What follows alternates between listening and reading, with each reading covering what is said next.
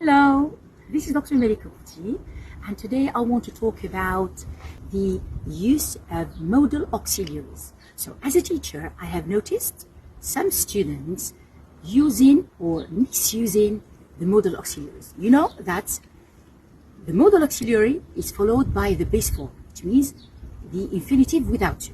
So first of all, what are the different modal auxiliaries? We have can, could, shall, should, will, would, must, etc. For example, I say I can speak English fluently.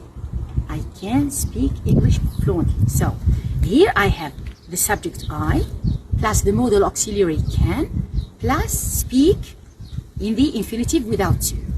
So if I take, for example, she, it's the same thing. So she can speak English fluently.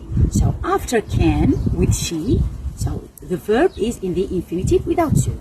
So never use to after the modal auxiliary.